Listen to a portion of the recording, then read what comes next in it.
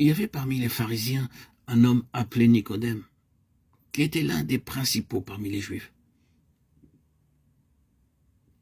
Cet homme vint de nuit, trouver Jésus et lui dit, « Maître, nous savons que tu es un docteur venu de la part de Dieu, car personne ne peut faire ces miracles que tu fais si Dieu n'est pas avec lui. » Jésus prit la parole et lui dit, « en vérité, je te le dis, si un homme ne naît de nouveau, il ne peut voir le royaume de Dieu. » Nicodème lui dit, « Comment un homme peut-il naître quand il est vieux? Peut-il rentrer dans le sein de sa mère et naître une seconde fois ?» Jésus répondit, « en vérité, je te le dis, si un homme ne naît d'eau et d'esprit, il ne peut entrer dans le royaume de Dieu. Ce qui est né de la chair est chair, et ce qui est né de l'esprit est esprit.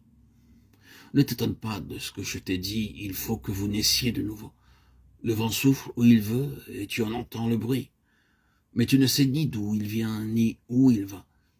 Il en est de même de tout homme qui est né de l'esprit. » Nicodème reprit, « Comment cela peut-il se faire ?»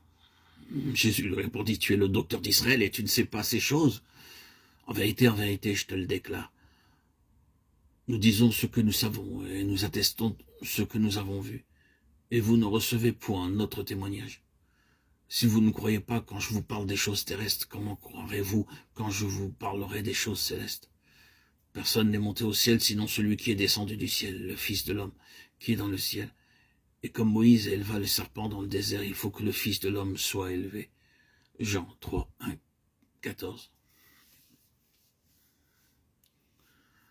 Que trouvons-nous ici en Nicodème? Il représente sûrement le vieil Israël. Il est un membre de la secte des pharisiens, qui prétendent être les véritables représentants d'Israël. Il est un des chefs des Juifs. Il représente donc réellement Israël. Il est un fils d'Abraham selon la chair. Il personnifie donc la postérité d'Abraham. Et que lui dit Jésus? Il lui dit en réalité, toi qui es un fils d'Abraham, un représentant en ta propre personne des enfants d'Abraham selon la chair, un représentant d'Israël. Je te regarde, Nicodème, toi qui représentes toute la postérité d'Abraham selon la chair, toi en qui tout Israël est présent ici, ce soir. Toi, Nicodème, dans cette qualité de représentant, tu dois naître de nouveau. La postérité d'Abraham selon la chair n'a aucune place dans le royaume de Dieu.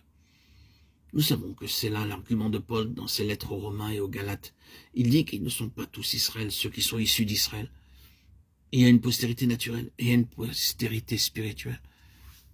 Jésus disait à Nicodème, dans sa qualité de représentant, la postérité naturelle d'Abraham ne subsiste pas. Israël selon la chair n'existe plus. Vous devez naître de nouveau. Il faut qu'il y ait une postérité selon l'esprit.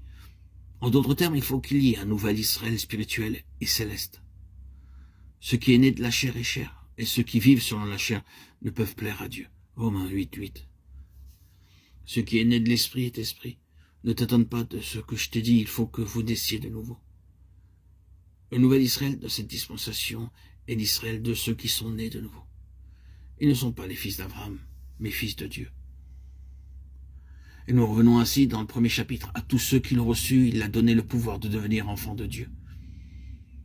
Il y a une grande différence entre les enfants d'Abraham selon la chair et les enfants de Dieu selon l'esprit. Et non seulement une grande différence, il ne s'agit pas d'une espèce améliorée.